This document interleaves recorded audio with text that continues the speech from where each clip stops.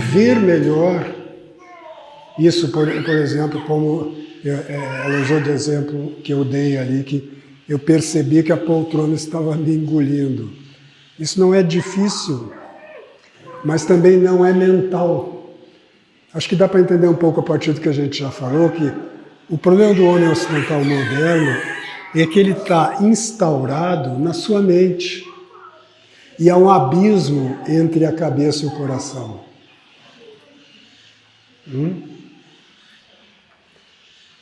Existe, né, várias tradições, podem entrar. Podem entrar quem está aí na porta, ou pode ficar de fora se não entrar.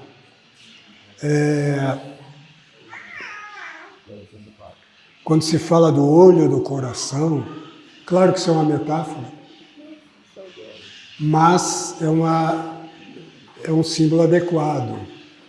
Né? O coração está associado à inteligência, né? E a cabeça à razão. Não é isso? Que é aquela que a gente falou ali, entre inteligência e razão. A razão, ela procura, a inteligência encontra. É o negócio da meditação, da oração mental também, como se chama na igreja, e que é muito mal praticado hoje em dia, quando é mal praticado. Em geral, nem isso. As pessoas não compreendem que trata-se ali de você meditar sobre um tema e deixar que as verdades como que apareçam na sua frente, como que por milagre, como que por encanto. De repente você lembra de, entendi alguma coisa, não é assim?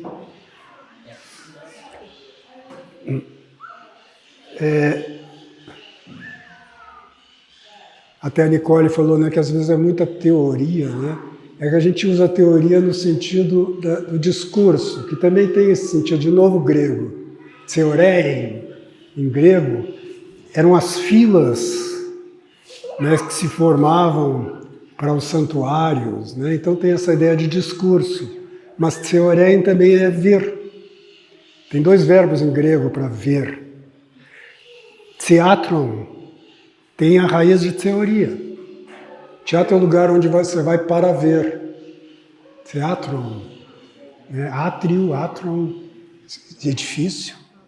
Theos. Deus é aquele que vê para os gregos, né? Para nós também, mas...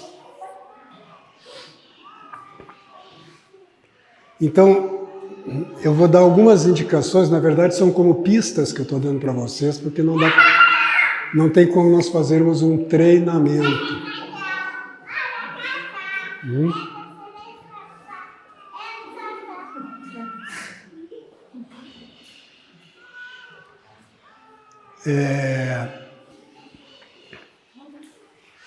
Então, um mau hábito adquirido é essa contração cervical.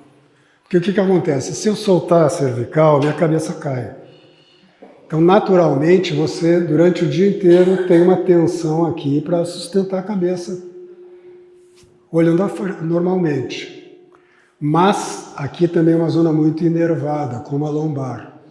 Exatamente por isso são as zonas onde a gente é mais tenso. Geralmente a gente tem dor na lombar e na cervical, né? Então, uma boa parte dessa reeducação depende da consciência de vocês. Vocês têm que lembrar durante um bom tempo. Pode botar lá, hoje em dia tem o celular para lembrar. De vez em quando lembra de baixar o queixo. Até o dia que você vai incorporar, não, mas aqui que é o natural. Aqui eu estou fazendo um trabalho a mais. Além de traduzir a ideia de que eu estou me sentindo acima de você. Mas isso é secundário, eu nem estou me sentindo acima, mas eu estou aqui. Também é uma maneira de eu me defender. Não é isso? Aqui eu estou mais exposto. Outro ponto. Fiquem lá, pés paralelos. A maioria das pessoas, quando fica em pé, joga os joelhos para trás. não se coloca osso sobre osso, vamos dizer assim, nas pernas. Coloquem as mãos nas coxas e joga o joelho para trás. A coxa endurece. Você perde circulação de energia. E, de uma certa forma, você perde o contato com o chão. A maioria das pessoas elas não estão enraizadas no chão. Quem usa salto alto é um problema. Usar costumeiramente. Porque o que acontece quando você usa o salto alto? Né? Você faz isso aqui. Se você deixar o corpo colocado, você cai de beiço no chão. Não é isso? Então, você faz isto. Né? Aí dá aquela empinadinha na bunda, né? Que o pessoal acha que fica muito gostosa a bunda quando faz isso. Né? E aí dá aquela entortada geral no organismo, no organismo físico. Então, sapato alto, mais de 2, 3 centímetros, para ocasiões especiais. E nem precisa. E andar muito de pé descalço é bom. Eu não uso, eu quase não fui acostumado a andar de pé descalço, quase não uso. Mas eu uso sempre sapato baixo. Né? Hein? Eu fico bastante descalço. Cuidado quando ficar descalço para não jogar o joelho para trás. Tem que recuperar. Veja que isso aqui tem a ver com a questão da flexibilidade. As pessoas estão... É o que o Wilhelm Reich, que é um perigo, né? Para quem conhece sabe que o cara é maluco. Mas ele viu uma coisa, assim como a gente disse que o Freud também viu, ele viu uma coisa que é verdadeira, que é, muitas vezes o mecanismo que mantém uma neurose é de ordem de tensão física. Quando você desfaz aquela tensão, você resolve a neurose psíquica. Não é a regra geral, mas isso acontece de fato. Né? Então, a gente também ia falar com alguém sobre o negócio do mundo corporativo, né? Quem estava falando comigo aqui há pouco, você lá, né? E eu dizia, tem que ter jogo de cintura. O jogo de cintura, antes de tudo, é físico.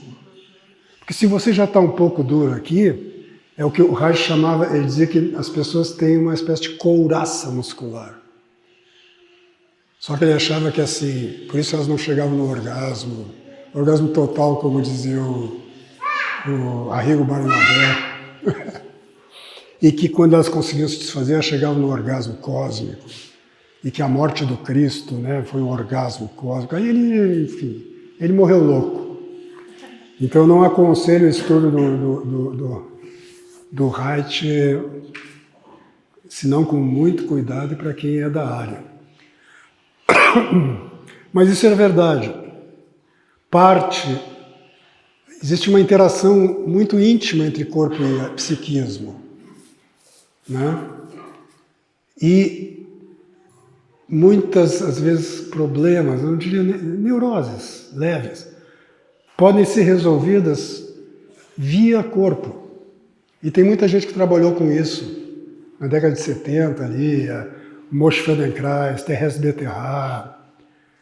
Mas um pessoal meio confuso também. Mas eles também estavam falando de uma coisa que é real. Que o homem ocidental perdeu a organicidade física, aquilo que a gente já falou antes.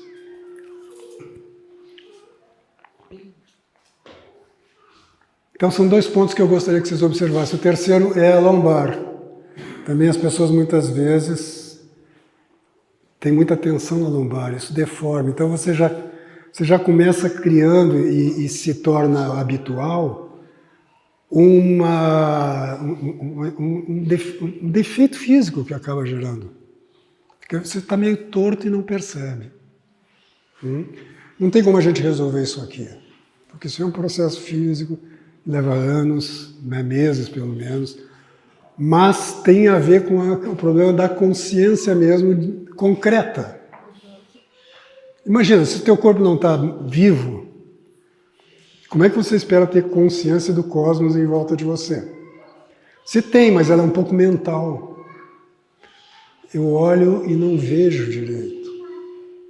Está dando uma microfonia aqui, né? Apurar o ouvido. Uma outra coisa que é conselho geral, assim, para de falar tanto. As pessoas falam demais hoje em dia. Não é impossível ter tanta coisa para dizer. E a gente fica cobrindo o nosso vazio existencial com palavras. Aprendam a escutar mais. E especialmente quem é terapeuta tem que ter um ouvido muito acurado. Mas é um ouvido assim, é o que eu dizia também para a Nicole, né, que a realidade ela se apresenta para nós. Não é que nós tenhamos que interpretar com a mente as coisas. Ah, isso é símbolo daquilo, eu estou entendendo. Não, você vê. Claro que o estudo de simbolismo bem feito vai ajudar nisso. Porque outras pessoas viram coisas que você não está vendo, as te mostram e dizem, puta, é mesmo. Né? Então, claro. Deem uma caminhada, porque vocês já estão muito duros, assim, parados ali. Caminhem pelo espaço. Caminhem normalmente. Ocupem o espaço. Isso, mantendo o olho meio no horizonte sempre, quer dizer, vendo, entrando em contato, vendo as massas que vão ser. Isso aqui é um treinamento que a gente faz na base do trabalho do ator. Pode aumentar um pouquinho a velocidade, que vocês estão mais passeando que caminhando. Uma coisa é passear, outra coisa é caminhar. Qual é a diferença entre passear e caminhar? Podem falar. Hein? Passeio tem mais observação? Como? Passeio tem mais observação? Passeio tem mais observação? Sim, você pode dizer que sim, mas não é a diferença essencial. Caminhar, você tem um destino para chegar. Exatamente. A caminhada tem um objetivo. Você está indo para algum lugar. No caso aqui é para o quê? Um espaço que se abre. Qual é o meu objetivo aqui? Ocupar homogeneamente o espaço como grupo. Passear não tem objetivo. O objetivo está no próprio passeio. Né? O objetivo é ele mesmo. Enquanto quando eu caminho, o objetivo não é caminhar. O objetivo é chegar no objetivo. Né? A finalidade é chegar no objetivo, no destino. O homem é um animal que caminha. Vocês já viram o ideograma chinês para homem? Eu não. São os palitinhos, assim como, né? São os ideogramas caminhando. O homem está a caminho, né? Depois vocês já têm toda a teoria disso. Entretanto, ok? Podem parar um pouquinho. Entretanto, você vê que vocês todos, quando eu peço para vocês caminharem, vocês caminham aquém, todos não, 80% a 90%. Aquém do caminhar, vocês carregam um pouco o seu corpo, né? Um pouco assim, puta que eu pariu, caminhar. Não tinha mais nada para pedir, né? Muitas vezes a gente anda assim, no nosso dia a dia, as pessoas andam assim. Ó.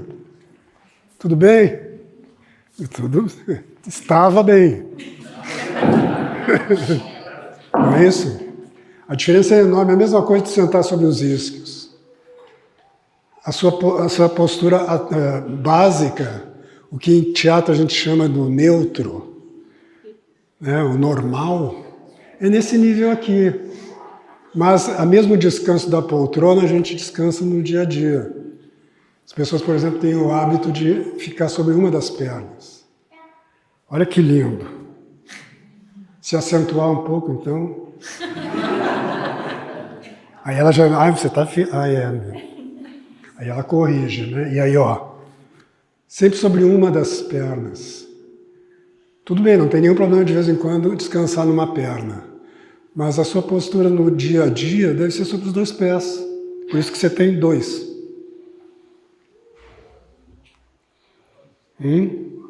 É muito simples o que eu estou dizendo para vocês. E, infelizmente, 70%, 80% de vocês vai esquecer isso amanhã, ou depois de amanhã, se eu falar de novo amanhã. Então não vai adiantar nada eu ter dito. Você pode também me contratar para fazer uma mentoria, e todo dia eu dizer para você, você está aí sobre os 2 pés ou está descansando, né? Você lembrou dos isquios? Filha da puta. No 3º dia eu já estou assim.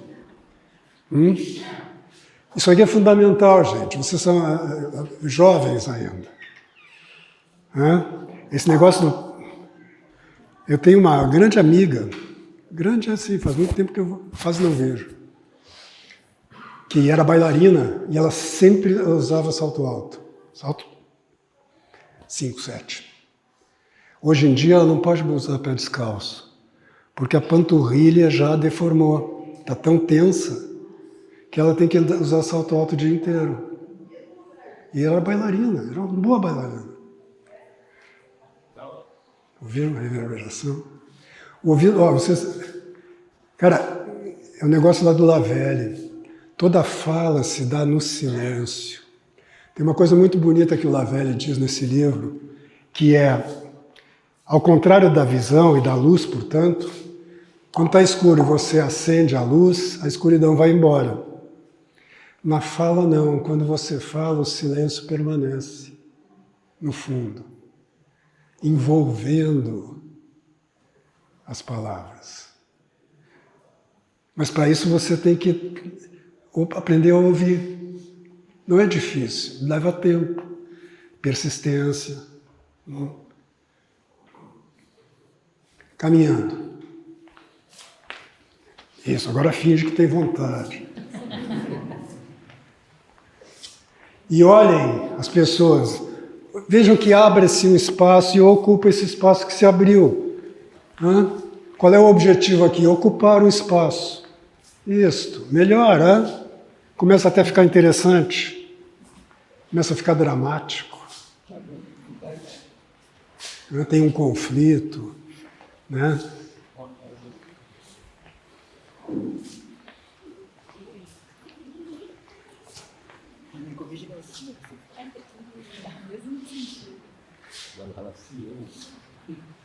Tiago está aqui? Quem é que da organização está aqui? Qual é o meu tempo aqui? Veja até que horas é para eu...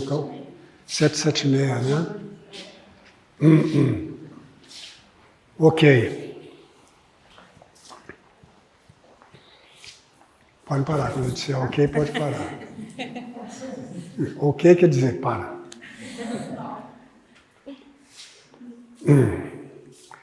Eu não sei se vai ser possível. Eu tinha pensado em fazer um exercício, mas não dá para fazer aqui. Nós teríamos que ter colchonetes. Acho que nós não vamos ter espaço para isso. Assim vocês fazem depois planejam um curso meu só para isso. E me chamam.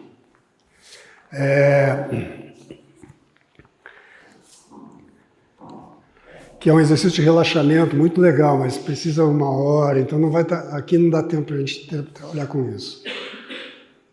Mas uma coisa que aos poucos você vai ter que recuperar mesmo é esse relaxamento físico. Se desfazer de tensões localizadas que se incorporaram em você. Cada um vai descobrir as suas, mas certamente esses pontos que eu chamei a atenção.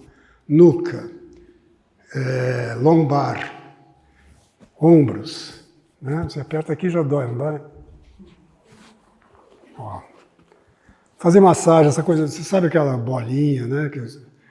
Fazer aquilo com uma certa regularidade durante alguns anos é muito bom para você recuperar isso, limpar. Sentiu que uma zona está dolorida, põe lá, deita sobre a bolinha de borracha macia e deixa aquilo se desfazer. Ao longo dos anos, você vai recuperar essa organicidade física. E aí não precisa ficar fazendo manutenção disso, só de vez em quando, bom. Mas você precisa se recuperar. Isso é mais uma dica geral, né, do que não um treinamento. Não dá para fazer esse treinamento aqui. Um outro ponto é a respiração. Mas isso a gente pode daqui a pouco usar as cadeiras, vocês sentarem para eu fazer um breve exercício de respiração com vocês sentados. Tá? Tem um deitado também, mas eu não vou fazer vocês deitarem nesse chão frio. Hein? Para ela não tem problema. Deve ter algumas que têm pensado, ainda bem. Não é isso? Então, para não... Mas eu posso depois só demonstrar.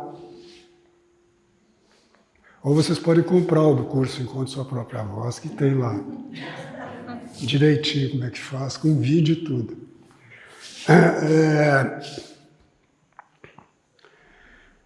Agora eu quero fazer uma coisa um pouco mais estranha. Que é o seguinte, eu quero que... Nós vamos voltar a caminhar. Aí eu quero que você escolha... Deixa eu pensar como é que eu vou fazer. Você vai escolher 2 pontos assimétricos no seu rosto.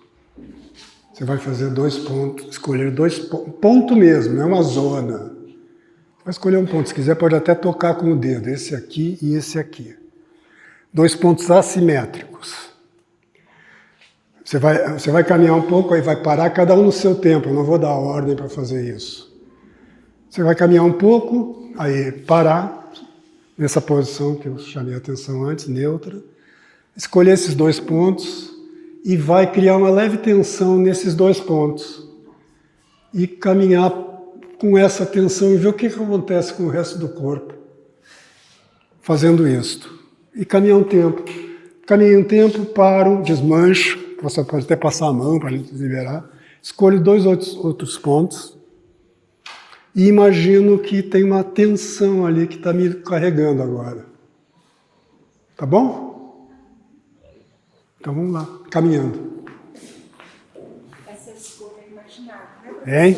Essa escolha é imaginária. Tá. Hora do Ângelus. Deve ser, né?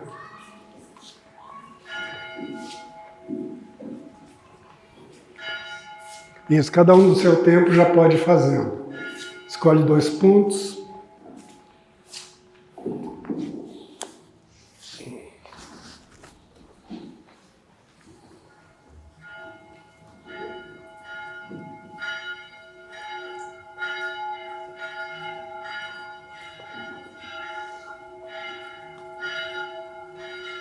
E imagina mesmo como se tivesse uma tensão em cada ponto que vai reorganizar, de certa forma, particularmente a musculatura do rosto, mas por extensão o resto da musculatura.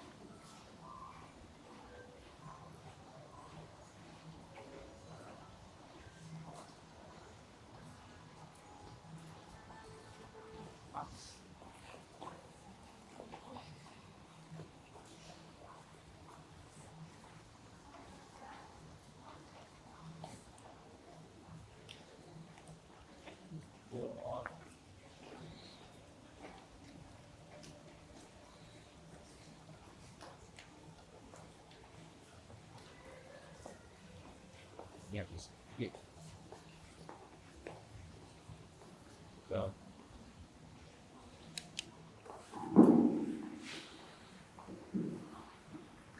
Ok.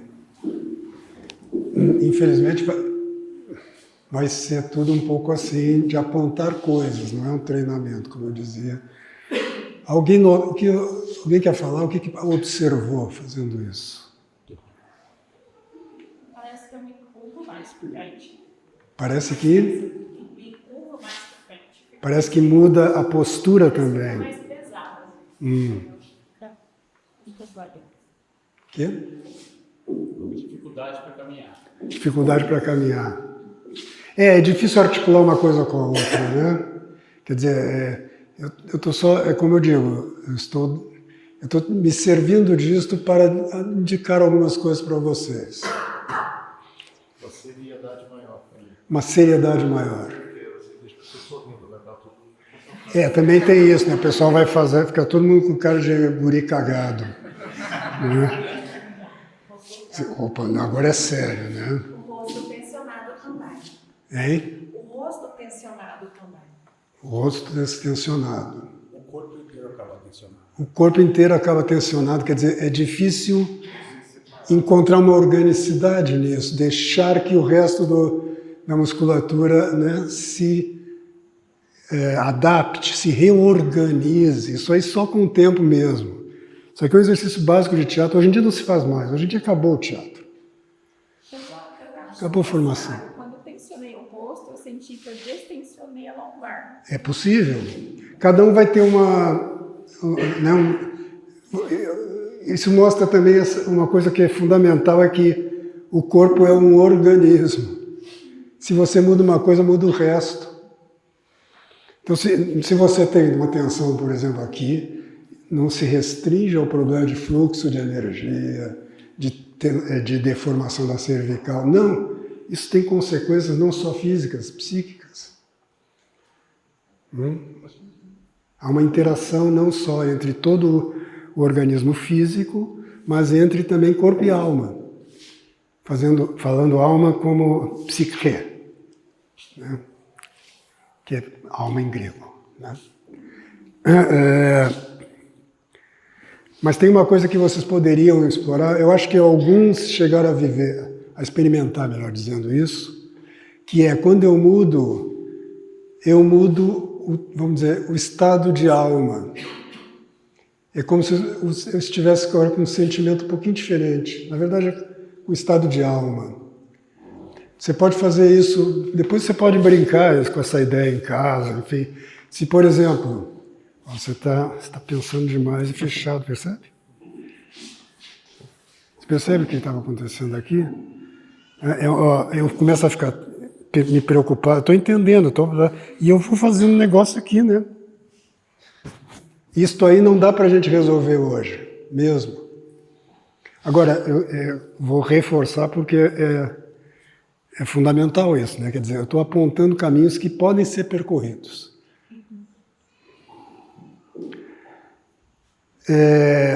Então, por exemplo, se eu modificar, eu posso, por exemplo, encontrar um estado de alma diferente.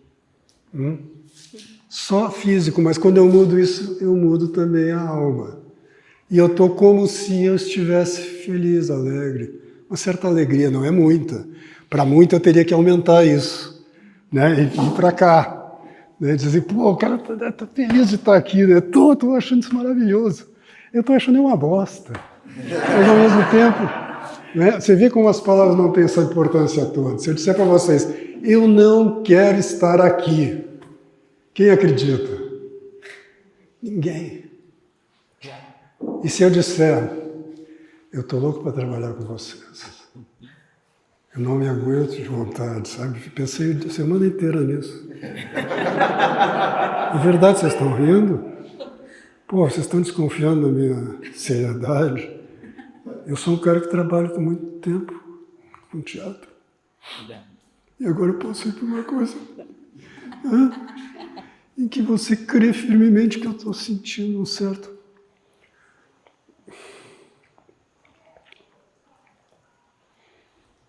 Não está acontecendo nada, exceto um jogo psicofísico que eu estou fazendo.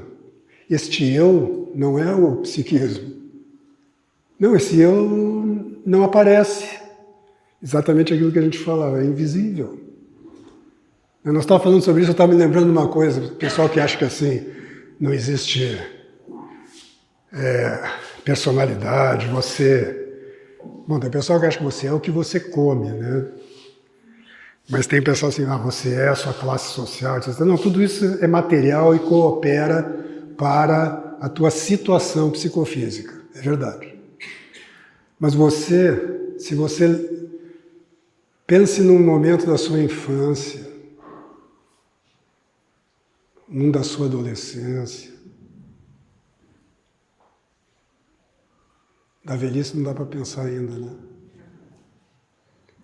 E você sabe com toda certeza que que você era o mesmo. Que algo em você não mudou absolutamente. Não é verdade? Mudou um monte de coisa. Tá, mas tem um núcleo aí, como disse o Tiago lá, que não mudou. Tudo bem, você pode até dizer que determinadas coisas que estavam nesse núcleo em semente se desenvolveram. Mas tem algo que não desenvolve, nem retrograda, nem envolve. Tem algo que permanece sempre o mesmo.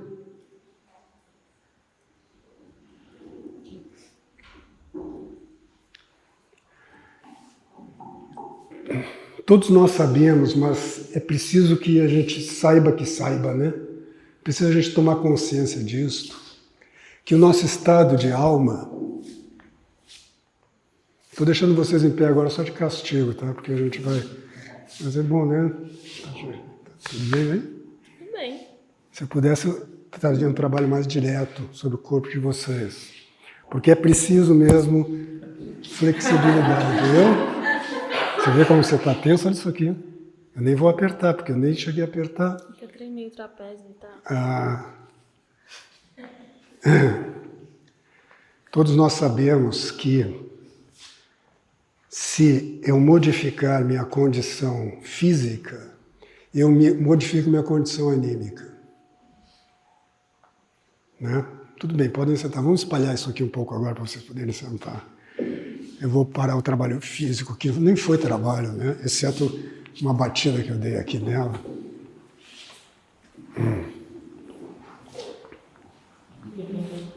Agora eu vou ficar mais... ficar de frente para lá agora. Isso, podem trazer para cá e espalhar essas cadeiras. Mas tem que deixar tudo de frente para cá, tá? Eu não gosto dessa coisa de sentar em círculo, não. No máximo meia lua.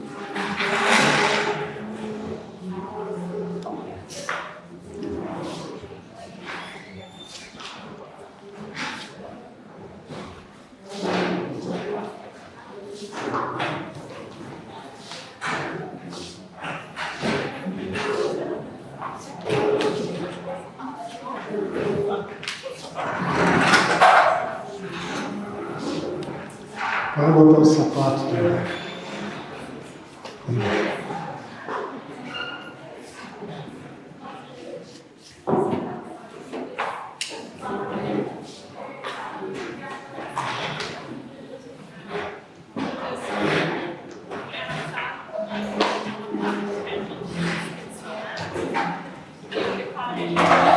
De outras pessoas que a gente respirava fundo automaticamente. Tipo, tirando aquele peso. Sim, sim.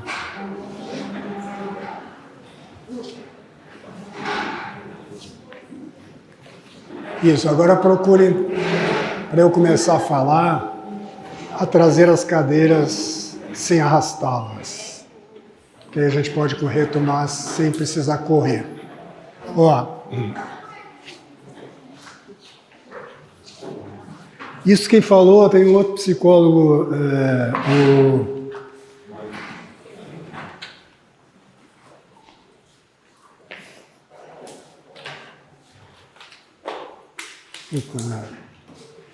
Tá me escapando o nome dele, daqui a pouco vem. William, um americano. Acho que é o William, também pode ser que eu esteja errando o primeiro nome. Daqui a pouco vem. Que ele fez a seguinte observação. Que existem os conselhos populares, como por exemplo, quando você passa perto de um cemitério, assovie, para espantar o medo. Né? E aí ele cita alguns, que eu não vou me lembrar quais são, Mas o princípio é muito simples, que se você modificar a sua condição física, você modifica a sua condição psíquica. Vamos chamar aqui de estado de alma. Por exemplo,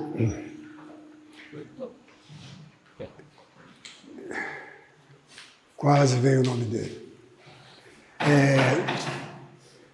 Imagine você acordou um pouco triste porque assim teve uma briga com seu namorado na noite anterior, enfim, está com problema, está devendo dinheiro, né?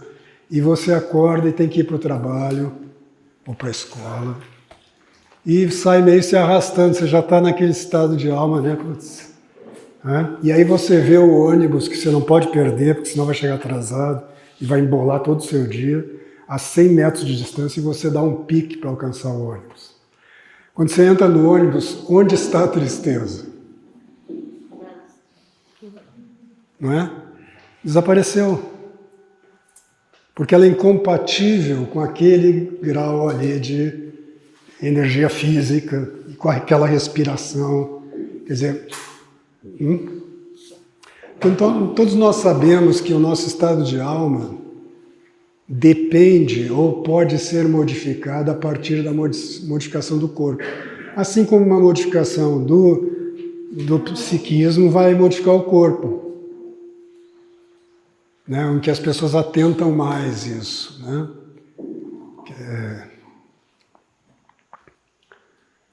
Então, por exemplo, quer dizer, tem outro exemplo que eu gosto de dar, é assim, você levou um fora do namorado ou da namorada, aí você vai para casa, aí você liga o abajur a meia luz, não é isso? Põe aquele disco, né? Que lembra. Quer dizer, claro que você está curtindo aquilo aí, está sendo uma maravilha sofrer daquele jeito, se sentir abandonada, não é isso? Aí você pega um uísque, né? Para ajudar, né? Chora. E ainda acha que, e você ainda mente para si mesmo dizendo que não tem nenhum ganho nisso, que você é vítima, né? Mas na verdade você está achando aquilo uma maravilha. Finalmente, né, está provado que ninguém me ama, ninguém me quer, ninguém me chama de Baudelaire. Não tinha essa história? Que era a música do Antônio Maria, né? Porque simplesmente se você botar um rock na eletrola, como dizia, na vitrola, né? Aí está ali, e começa a dançar, a tristeza vai embora. Eu, como não gosto de dançar, acho um pé no saco esse negócio de dança, é muito mais simples, você simplesmente faz assim, ó, e a tristeza já foi. Só que aí o que você faz? Você pensa de novo aquilo e diz, putz, merda, eu sou um bosta. E volta. Aí o que você faz? Você volta para lá.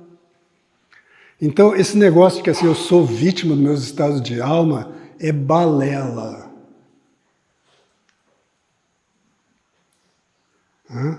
A gente fica cultivando estados negativos, muitas vezes, por se considerar vítima. Aí tem todo um discurso que eu não vou entrar, vocês conhecem muito bem.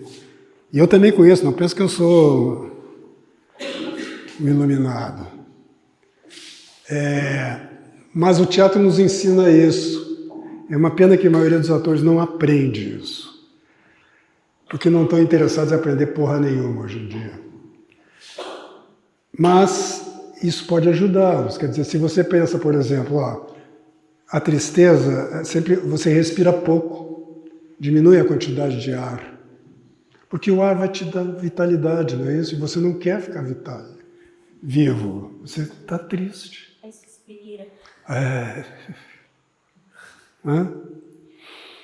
Vai dar uma corrida no quarteirão, anda rápido na rua, você diz que... Então, isso, claro, e ali por isso você tem o Wilhelm Reich, e tem toda uma escola aí de psicólogos, que, inclusive esse que eu não lembro o nome, que é anterior ao Reich, que desenvolveram isso aí, quer dizer, em vez de você, porque tenta, por exemplo, quando você está triste, tenta mudar diretamente o estado de alma, pensando em outra coisa. Logo, logo você não tem... A alma é líquida. E não tem delimitações, ela é meio indefinida. O corpo não. O corpo é concreto, tem limite. E é fácil, quer dizer, se eu quiser, eu posso, por exemplo, diminuir o nível de energia na hora e colocar, e botar bastante energia, por exemplo, agora. Você acha que é assim, pô, agora ele está com vontade de fazer. Porque se eu fizer isso aqui, começa a me dar uma certa vontade que eu posso embarcar nela, tá entendendo? Essa coisa que a gente faz, segura um pouquinho, vamos lá. Quer dizer, o que é isso aqui se não me pôr disposto a? Então, a gente é muito conivente conosco mesmos. Nós não queremos ter trabalho. É um bando de bebê, né, que quer ser carregado, quer ser mimado. Um bando de criança mimada. O homem moderno se tornou, o cara está velho e continua menino mimado. Você fala uma coisa uma crítica, por exemplo, o cara se sente ofendido. Em teatro isso aí eu cansei que eu sou bastante objetivo. E chegou uma hora que assim, olha, não dá mais para fazer crítica para as pessoas porque elas ficam ofendidas. Quando você diz, olha, essa cena aqui, nesse momento... É porque para o ator é difícil, porque é diferente para um violonista você dizer, ó, a corda Mi está desafinada. O cara vai lá e afina a corda Mi, ele não se identifica com a corda Mi. Né? Mas você está respirando mal. Por quê? Você não gosta de mim? Eu não gosto nem desgosto, eu estou falando que você está respirando mal. Isso é objetivo. Né? Quando não são gestos, enfim, né? Você está muito tenso. Qual é o seu problema comigo? Ele me persegue. Aí começa aqueles negócios. Putz, é primário. Pensem nisso e comece a botar isso na sua vida prática. É nessas coisas básicas que você vai começar. Não adianta você querer interpretar Hamlet. Esqueça. Mas... Por exemplo, interpretar alguém que está alegre, que está assim, pronto para vamos trabalhar, vamos trabalhar. Mas aí você não gosta de fulano, né? Puta, botaram fulano para trabalhar comigo. Aí você já fica de cara feia. Você sabe?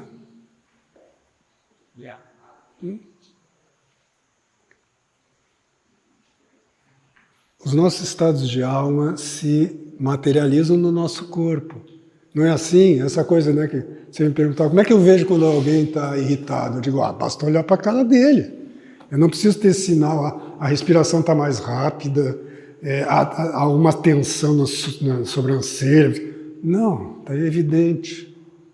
Brinque isso, você vai experimentando em você, é mais fácil de ver no outro também. Se eu ficar assim, que tipo de coisa eu estou transmitindo? E se eu fizer isso? Né? Não na frente do espelho. Não é bom trabalhar na frente do espelho. Não, você vai estar percebendo. Em teatro isso é muito comum, as pessoas... Muitas vezes você diz assim, fica no centro do espaço, e o cara vai contar. Eu digo, escuta, você não está percebendo o espaço em volta de você? Você não sabe onde é o centro? Tudo bem, você pode errar por alguns centímetros. Ator que fica botando fita crepe no chão, sabe? Pra ficar na luz. Eu digo, puta, o cara não sabe nem... Ele não tem noção de proporção do espaço. E ele quer interpretar o Hamlet. Parece uma coisa muito teórica, né? Que nem... De novo, eu preciso calcular mentalmente. Eu digo, não. Por exemplo, eu estou no centro do espaço? Evidentemente que não estou. Né? Às vezes é uma marca de luz muito fina. Eu digo, eu vejo aqui, eu pego uma marca no espaço, por que eu tenho que botar a porra da fita crepe? Que inclusive eu vou ter que tá meio escuro e eu fico lá procurando a porra, né? Não é mais fácil você ver em que lugar do espaço você está? Isso é uma coisa que eu ia pedir para vocês, não pedir lá, mas eu posso pedir agora aqui. Quando você está dentro de um espaço, outro ponto fundamental, você tem que perceber o espaço interno no qual você está como um todo. Eu tenho que saber em que ponto do espaço eu estou. Se eu vou vindo para cá, claro, vai aumentando aqui e diminuindo lá.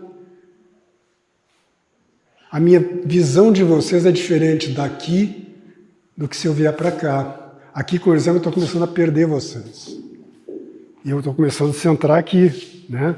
Tanto que se eu fizer isso aqui, vocês não se sentem contemplados.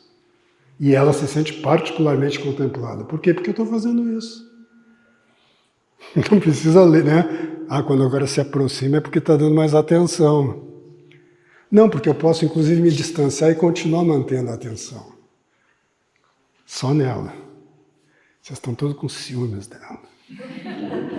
O que ela tem que eu não tenho? E agora eu estou falando ao mesmo tempo com vocês. Então eu estou com 2 focos já. Um foco físico e um foco que a gente poderia dizer simbólico ou psíquico, né?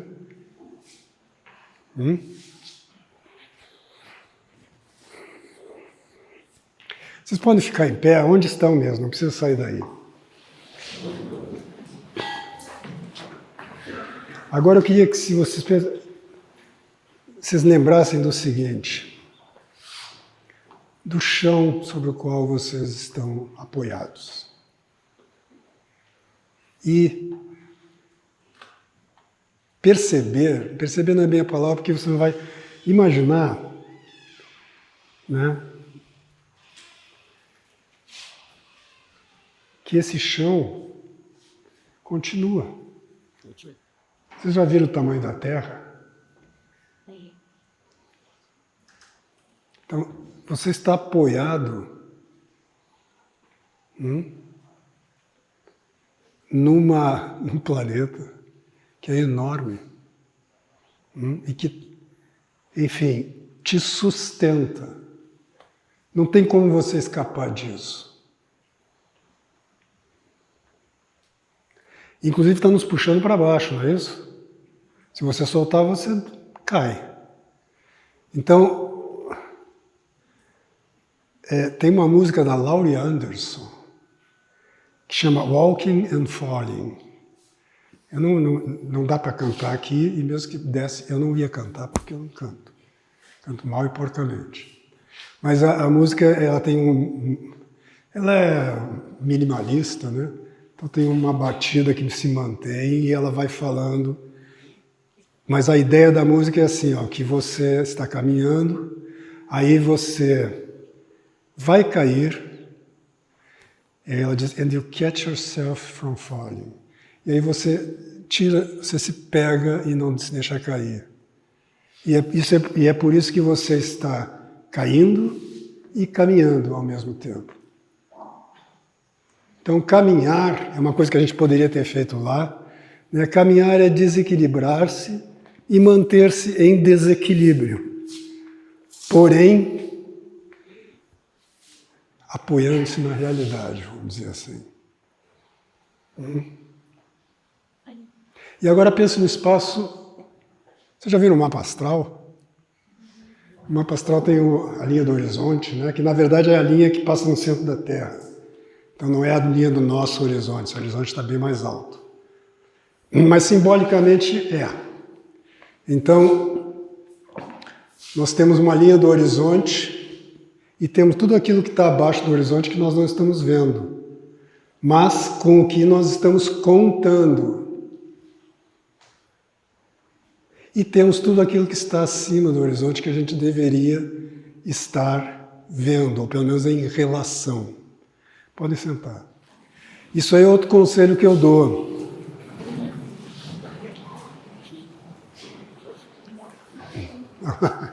Agora eu lembrei, tem um livro de Santa Teresinha, o Menino Jesus, que foi escrito pela irmã, que chama Conselhos e Lembranças. É o título da minha aula aqui, Conselhos e Lembranças. É o máximo que eu posso fazer hoje com vocês.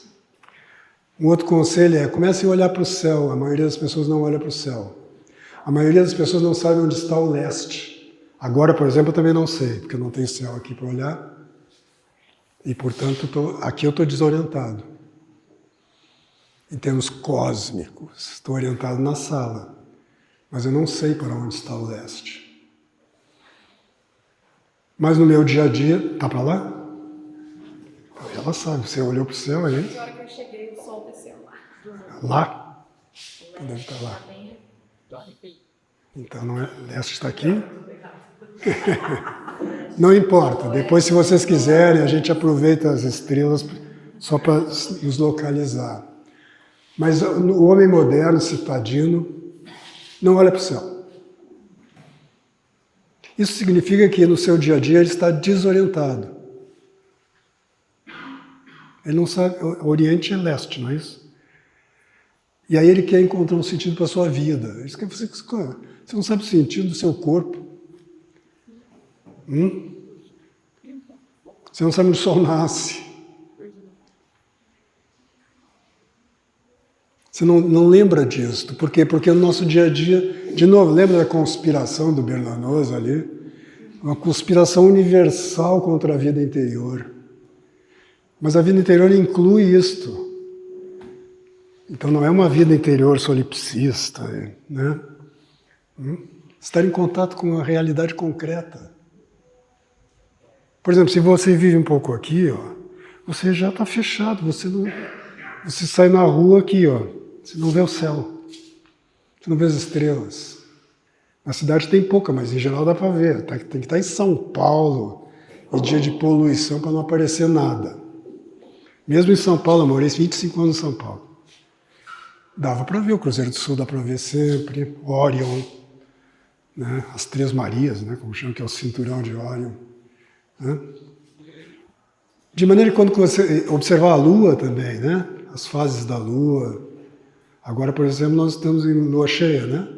Ela está diminuindo, mas eu acho que ainda não chegou no quarto minguante. Se não me engano, é mais para o final, quinta-feira. Porque aí você vai observar, por exemplo, você vai ver que a Lua, a cada dia, ela nasce um pouco depois, né? Hein? Estamos o quê? Bem no quarto minguante. E aos poucos você vai observar também, aqui pode ser sentado, mas em geral eu falo isso em pé, que a Terra está parada. De novo a física moderna, né? Se eu disser hoje, a Terra está parada, todo mundo diz assim, tá, mas não tá, né? Diz, não, para você a Terra está parada, você está sentindo, você está vendo a Terra girar? Está sentindo a Terra girar? Então a Terra está parada, meu filho. Não, mas ela está... Não está, não. Eu não estou dizendo que a Terra não gira. Eu estou dizendo que a Terra gira para quem está olhando de fora da Terra, ela está girando. Mas para quem está na Terra, a Terra não gira. E não se move no espaço também. Você, por exemplo, quando o cara vai visitar o Templo de Jerusalém, ele não chega lá e diz, não é, porque ele andou já, o sistema planetário já girou, né, em torno da galáxia, não é mais. Não, é lá o Templo de Jerusalém. A sua casa, quando você volta para casa, eu não tenho os dados de cabeça, mas assim, a velocidade só da rotação da Terra é bastante alta. Não vou arriscar. Mas é algo de uns 70 metros por segundo, alguma coisa assim. É muito veloz. Se você observar a Lua, por exemplo, que é mais visível, né, ou uma constelação, a cada 2 horas você vai ver que ela andou. Eu estou imaginando que leste é para lá. Ela fez isso aqui. Você nunca imaginou que eu andei 30 graus. Eu girei. Não, é o céu que girou. Então, a física moderna nos criou esse preconceito que depois da teoria da relatividade era para ter desfeito, mas não desfez, não. Se você disser que a Terra está parada e é o cosmos que se move, os caras já te dizem, já te chamam de reacionário, ignorante, etc. Mas se o movimento depende do ponto do observador, não é isso? A teoria da relatividade, tudo é relativo em relação ao observador. Então está parada. Para quem está fora da Terra, ela está girando. Para quem está fora do sistema solar, ela está girando em torno do Sol.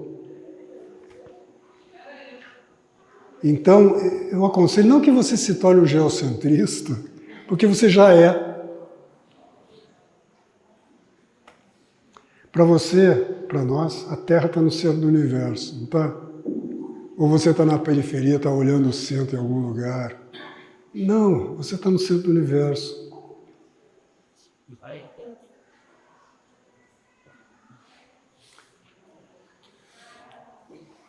Porque isso destruiu todo o sistema simbólico do cosmos.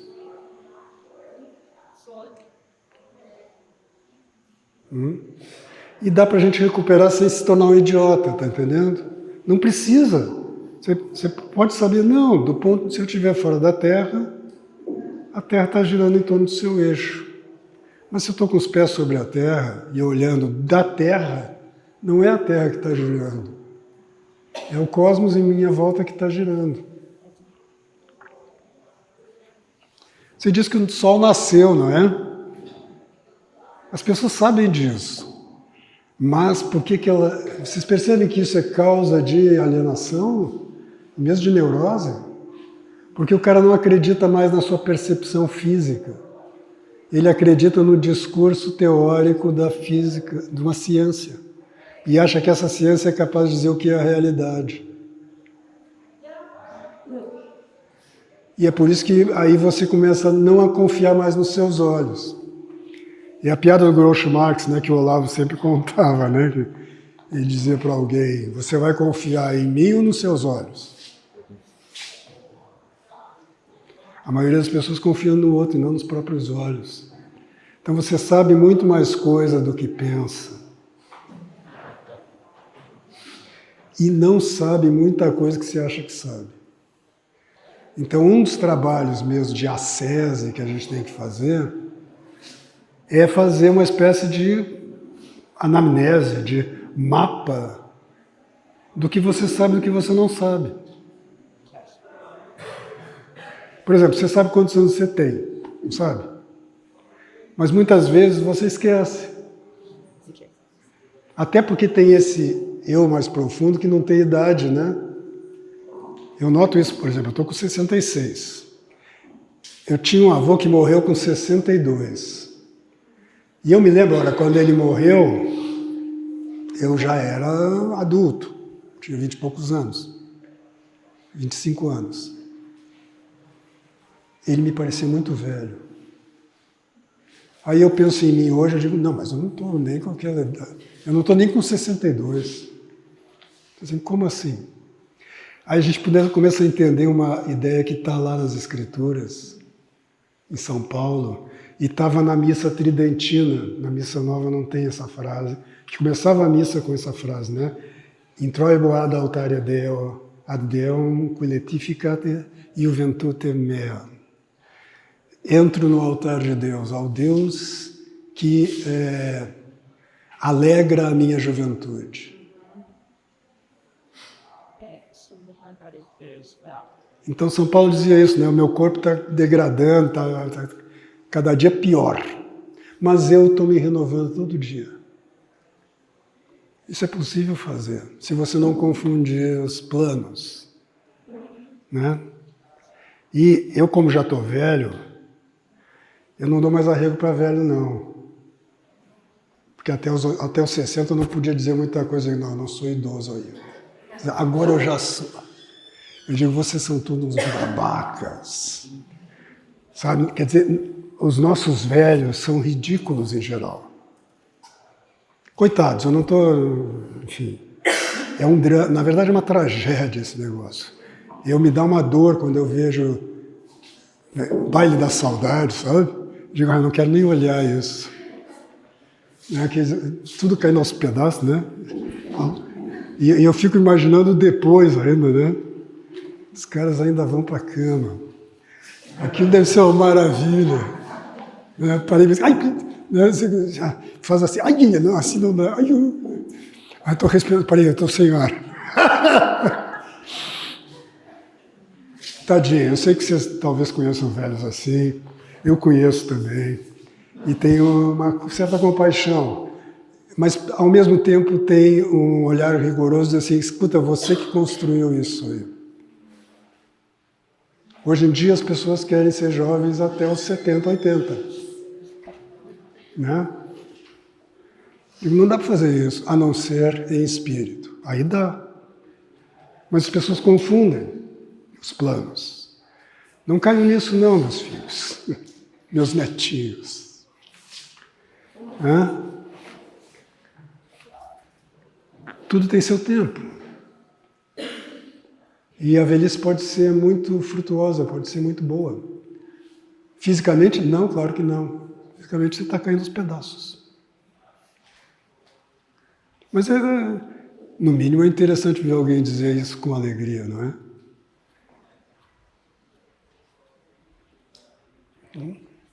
E não pense que eu sou transcendente. Olha, muito santo. Não, esquece. Eu sou um bosta. Mas uma bosta, né? Já trabalhada ao longo das décadas, né? Então, é esterco já, né? Não é assim. Mas é outra coisa da modernidade, tá entendendo? Você não pode envelhecer. Escuta, meu filho. Do que você está falando? Desde que você falou isso, já envelheceu um pouquinho. Você não tem... Isso aí está fora da tua alçada, meu filho. Você não pode rejuvenescer, você pode imaginar que está mais jovem. Isso você pode. Só você vai acreditar nessa porcaria, né? E a tua turma. O Nelson Rodrigues, ele dizia... Porque o Nelson pegou... Isso aí começou na década de 60, esse negócio, né? O poder jovem. Na própria igreja, ele discutia muito com Don Helder, que falava do poder da... Não, ele falava como é que é? Além da idade e da razão, existe a razão da idade. E o Nelson sentava o pau. E aí um dia, eu acho que foi o Otto Lara Rezende, numa entrevista na TV, perguntou qual é o conselho que você dá para os jovens? Envelheçam. Urgentemente. Urgentemente é maravilhoso, né? Envelheçam. O sujeito, quando é jovem, não sabe dar um bom dia para uma moça. Nelson Rodrigues, vocês devem ler um pouquinho, as Confissões, especialmente. O teatro dele é bom, mas a grande obra dele são a série de Confissões, início da década de 70 ali. Os livros O Reacionário, A Cabra Vadia. O Nelson é um dos caras que, sabe, esses grandes escritores sabem dar título. Os títulos das obras do Nelson, né? O Jô Soares conta essa história que ele na década de 60 montou em São Paulo Os Sete Gatinhos. Não sei se vocês conhecem essa peça do Nelson, foi filmada até. Não é muito bom o filme, mas dá para saber o que é a peça. Que é a história de uma menina que é devolvida para casa porque ela matou uns gatos na escola, no internato. Matou uma gata, a gata estava parindo e ela matando os filhotes. O Nelson Rodrigues é grotesco. Mas na verdade é porque ela está grávida. Né? E aí ela é devolvida para casa. E o pai cultiva aquela menina como se fosse uma santa. Né? Só para vocês entenderem a história do título. Aí o Jô ligou para ele e disse, Nelson, ninguém te conhece aqui em São Paulo. Se eu botar uma peça Os Sete Gatinhos, vão pensar que é teatro infantil. Ninguém vai entender, né? Como é que a gente pode resolver? Ele disse que ele imediatamente disse assim, que tal A Última Virgem? Maravilhoso. Mas enfim, aqui já estou transcendendo, porque eu estou na coisa da arte, mas apontando já esse outro fator, né, da importância das obras de arte como elemento, como meio também de iluminação da realidade. né? E não, como a maioria dos filmes que a gente tem hoje, de alienação, de pura diversão, né? O que todo mundo, né? Não sou contra diversão, mas um pouquinho. Diversão a gente precisa um pouquinho só, que nem descansar na cadeira. Né? Um pouquinho. Depois voltamos à vida, que é, né? Reída, luta reída, não é isso? Como diz o Salve Rainha, né? Neste vale de lágrimas, né? E aí as pessoas dizem, vale de lágrimas. Não, cara, é legal que seja um vale de lágrimas. Né?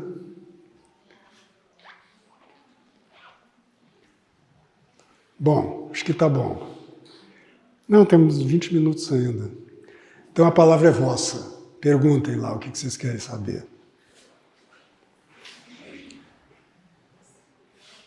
Só não pode perguntas íntimas.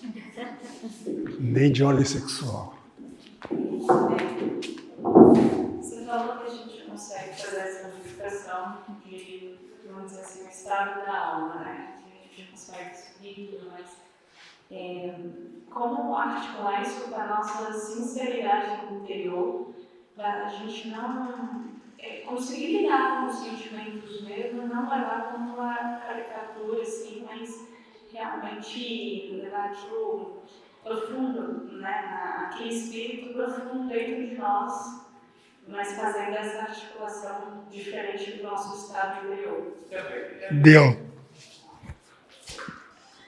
De fato é um problema, porque se você domina, aqui, por exemplo, no caso você domina isso aí, como eu domino, porque são 40 anos, né? Você pode se tornar um filho da puta também. Pois é. Mas aí entra aquilo, lembra que a gente falou antes, viver é muito perigoso. Você não pode, aí trata-se de você ser, antes de tudo, sincera consigo mesmo. Saber o que eu estou querendo em cada momento. Sabe, por exemplo, aqui entra, acho que é um gancho para a gente falar rapidamente sobre a ação. Eu levei muitos anos para entender isso, sabe? E entendo hoje até por quê. Porque também tem... tudo tem um lado certo, um lado certo, eu não diria, um lado adequado e um lado inadequado de olhar. Né? Então, a questão da ação moral, né, corre o sério risco de você cair num moralismo. Né? De você, por exemplo, fazer sempre boas ações, mas por dentro você é uma víbora. Todos nós conhecemos, né? Espero que não muito intimamente, mas até intimamente às vezes, essas pessoas que têm décadas de vida religiosa, mas pararam no tempo. Então, são pessoas que estão sempre lá rezando, falando mal da vida alheia. Quer dizer, e sem perceber que estão pecando. Ou fazendo fofoca. Quer dizer, não é nem mal, mas fazendo fofoca. Ao mesmo tempo, né, a Bel conta que tem umas senhoras com as quais ela reza o terço lá na paróquia, lá perto de casa. Bel é minha mulher. E que elas rezam, e são todas muito piedosas e boas, mas tem alguma coisa ali que não está no lugar, como em nós. Mas eu estou falando especificamente da questão da moralidade, né? Das ações. Então elas estão lá rezando o terço, terminou o terço, começa uma conversalhada, mas não dá assim um segundo. Não é possível que essas pessoas estivessem recolhidas rezando o terço. Enquanto elas estavam rezando, a conversalhada já estava lá na cabeça. Então é um exercício de muito tempo. Só como um exemplo simples. Então, veja, por exemplo, uma das virtudes que a gente não cultiva hoje em geral é a paciência. Sim. Né? Especialmente quem já tem um tempo de vida espiritual e já domina, e não controla, mas domina o concupiscível, ou seja, os desejos sexuais e corporais, né? Gula, etc. começa a ter esse segundo problema agora, que é a paciência, trabalhar a fortaleza, né? Segundo as 4 virtudes lá. Né? E como é que você treina? Porque os desejos do concupiscível, você trabalha com eles tirando o objeto do seu, né, do seu horizonte.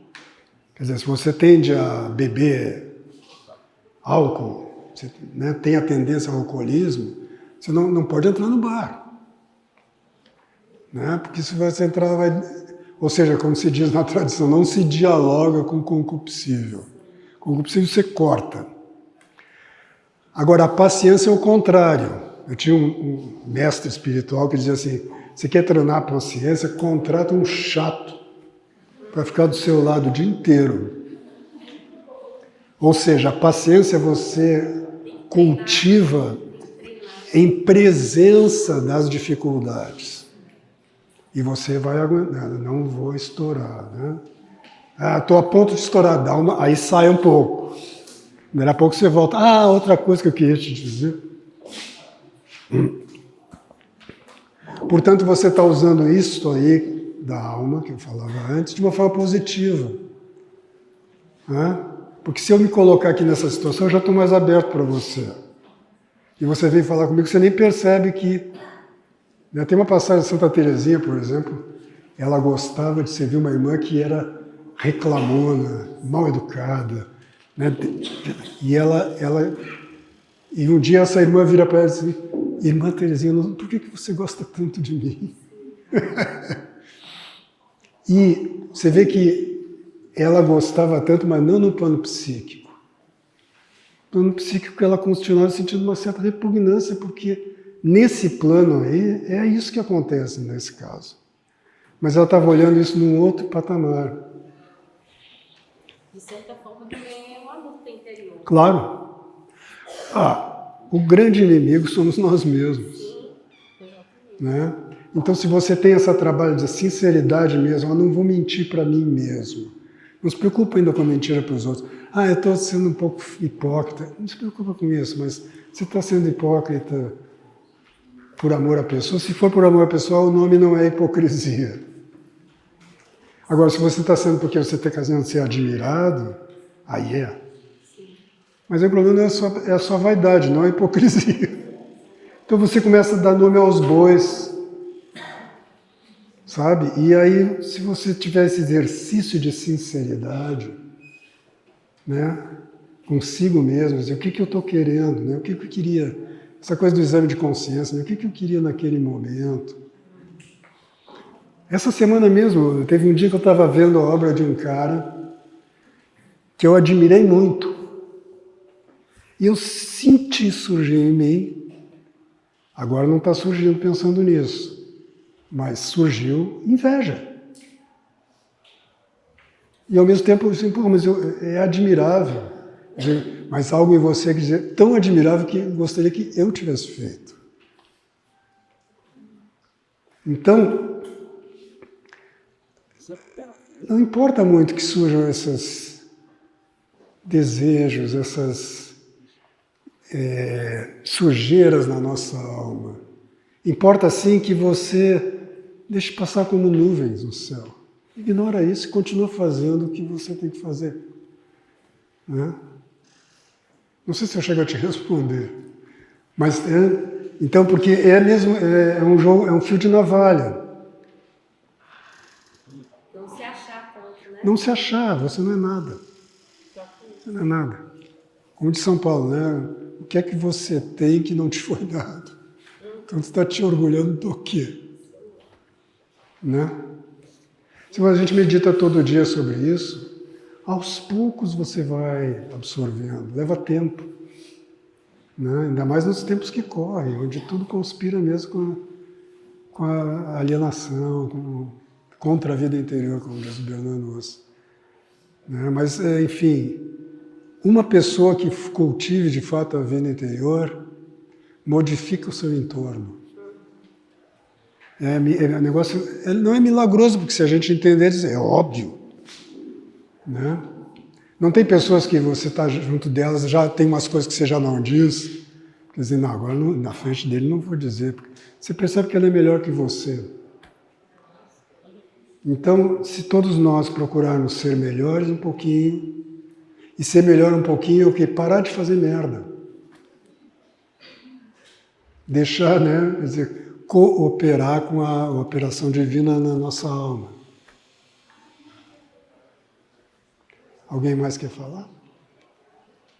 Eu gostaria só de... Só para ficar gravado. Ai, sim.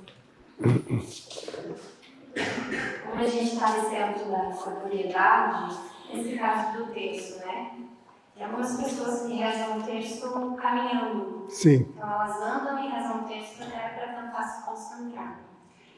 Quando os pensamentos deles voam durante o texto, o ideal seria permanecer ali, rezando.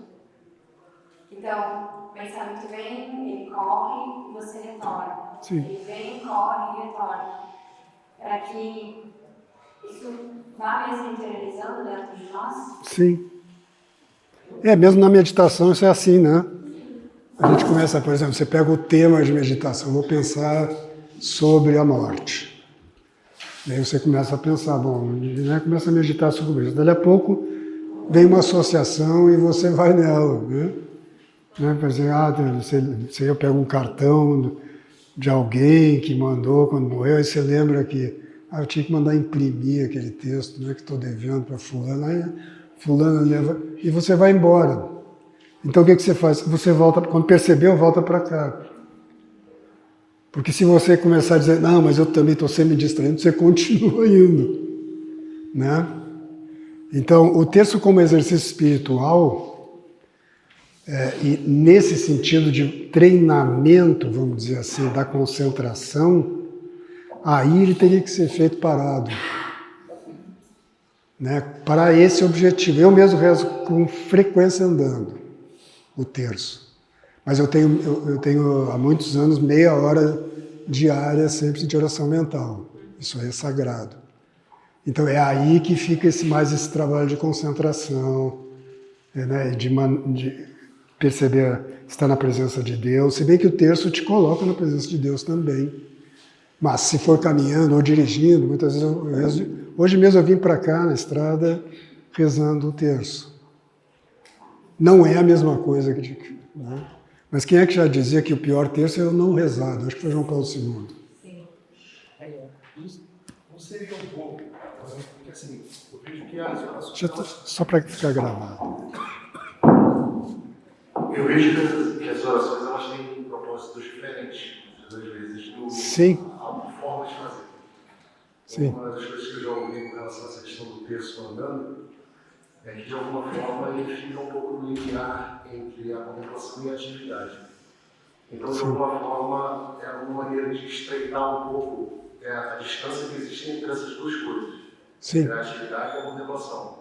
Sim. Num instante que é como se fosse uma oração intermediária nesse aspecto, trazendo um pouco da contemplação da atividade e da atividade da contemplação. Sim.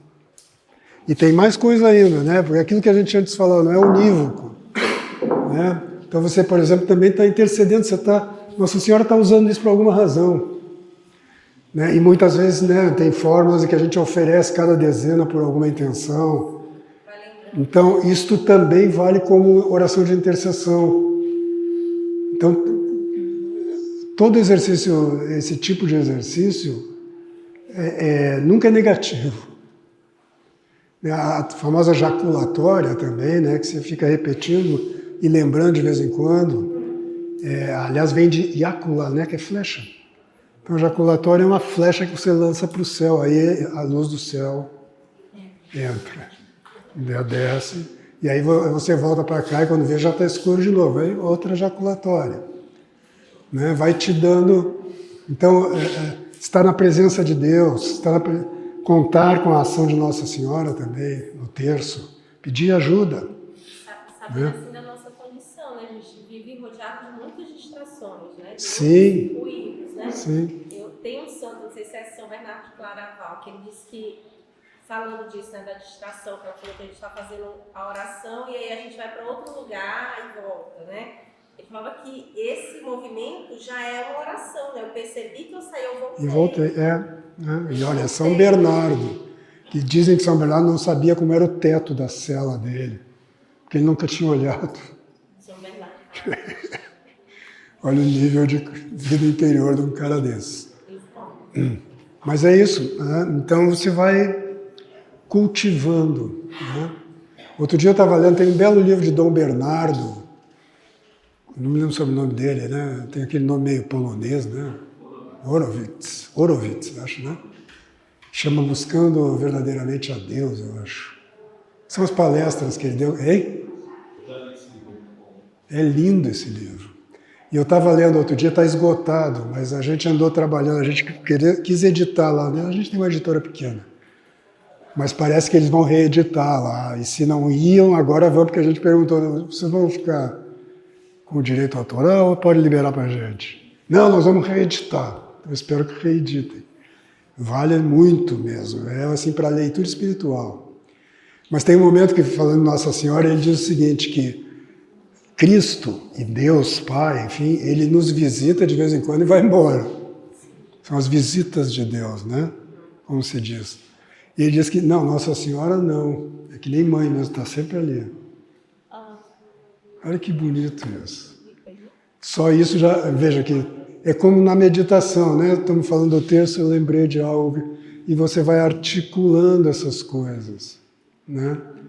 Então, uma meditação, uma oração mental diária também tem esse efeito. Aos poucos você vai vendo mais durante o dia.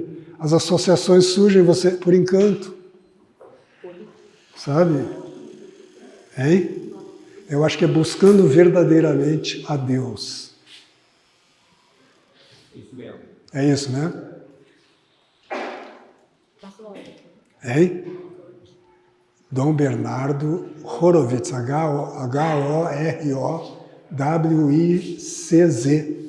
Não tem, é isso, né?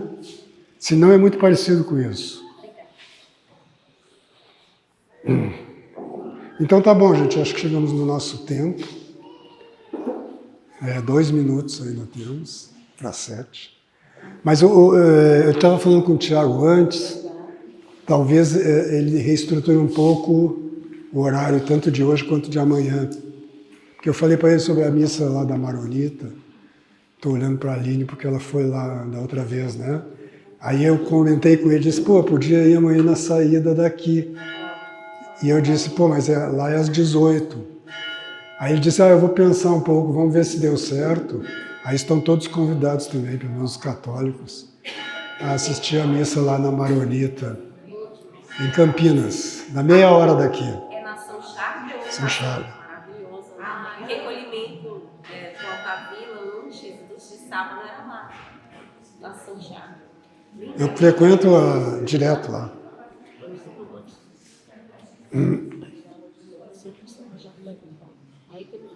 Então tá bom. Que Deus abençoe.